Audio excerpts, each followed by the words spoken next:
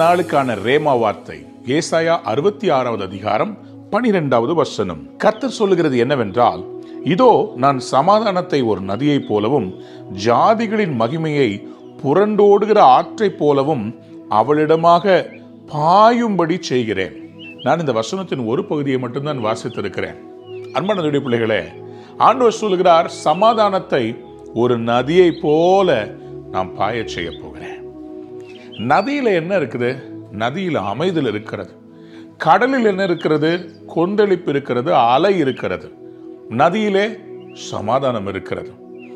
ஒரு நதியில நீங்க போட்ல போறதுக்கும் ஒரு கடல்ல போட்ல போறதுக்கும் வித்தியாசம் இருக்கு. ஆண்டவர் சொல்றாரு, நான் உன் அலைகள் எல்லாம் சமாதானமா மாத்த போறேன். உன்னுடைய வாழ்க்கையை நோக்கி நான் சமாதானத்தை ஒரு நதியை போல நான் பாய செய்ய போறேன். அன்பார்ந்த பிள்ளைகளே, இன்றைக்கு உங்களுடைய வாழ்க்கையில சமாதானம் இல்லாமல் கஷ்டப்பட்டு கொண்டிருக்கிறீங்களா? மனதுல பலவிதமான கொந்தளிப்புகள் இருக்கிறதா? ஆண்டவர் இன்றைக்கு உங்களை பார்த்து சொல்றாரு, நான் சமாதானத்தை ஒரு நதியை போல நான் உன்னை நோக்கி பாய செய்ய போகிறேன். சமாதானம் இருந்தா நெக்ஸ்ட் என்ன வரும் தெரியுங்களா? ஆண்டவர் சொல்றாரு, ஜாதிகளின் மகிமை. தமிழ்ல மகிமைன்னு போட்டிருக்குது. ஆங்கிலத்தில் நான் எடுத்து பார்த்தா the wealth of the nations, அதாவது ஜாதிகளுடைய சம்பத்தை நான் என்ன பண்ண போறேன்னா flooding stream. அதே நதி மழை சீசன்ல என்ன ஆகுங்க? அப்படியே நிரம்பி வழிஞ்சு ஓடும். பார்த்தீங்களா? கரை புரண்டு ஓடுற ஒரு நதியை பார்த்துருக்கிறீங்களா?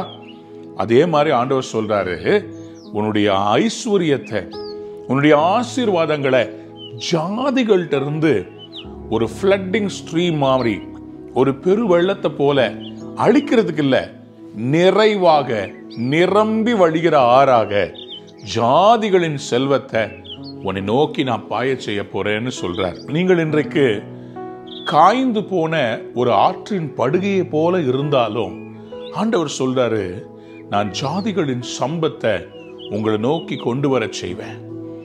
கூகுள்ன்ற அந்த கம்பெனியை ஆரம்பிக்கும் போது நினைச்சிருப்பாரா உலகம் முழுவதும் கூகுளை யூஸ் பண்ணுவாங்கன்னு? அல்லது ஃபேஸ்புக்கா இருக்கட்டும், அல்லது இன்னைக்கு நம்ம பார்க்குற இன்ஸ்டாகிராம், இது எல்லாம் ஆரம்பிக்கும் போது யாராவது நினைச்சிருப்பாங்களா அவங்களுடைய அந்த ப்ராடக்ட்ஸ் எல்லாம் வேர்ல்டு ஃபேமஸ் ஆகும்னு சொல்லி?